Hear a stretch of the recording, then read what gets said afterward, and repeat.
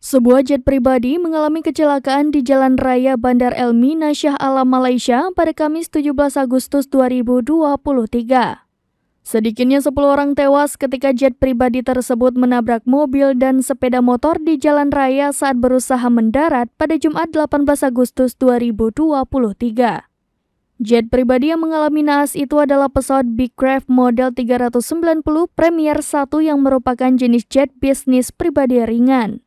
Kepala Polisi Selangor Hussein Omar Khan mengatakan pesawat itu membawa 6 penumpang dan 2 awak ketika jatuh di dekat kota Elmina pada pukul 14:08 waktu setempat. Sementara itu pengemudi sepeda motor dan mobil yang ditabrak pesawat juga dilaporkan tewas. Otoritas Penerbangan Sipil Negara itu, CAAM, mengatakan bahwa kecelakaan jet pribadi terjadi saat jet sedang melakukan perjalanan dari Langkawi ke Selangor di sebelah barat Kuala Lumpur. Sementara itu, Kepala Polisi Selangor mengungkapkan bahwa pesawat kehilangan kontak dengan menara kontrol lalu lintas udara. Kepala Eksekutif CAAM Norazman Mahmud menyampaikan, menara pengawas lalu lintas udara Subang mengamati asap yang berasal dari lokasi kecelakaan, tetapi tidak ada panggilan Mayday yang dilakukan oleh pesawat.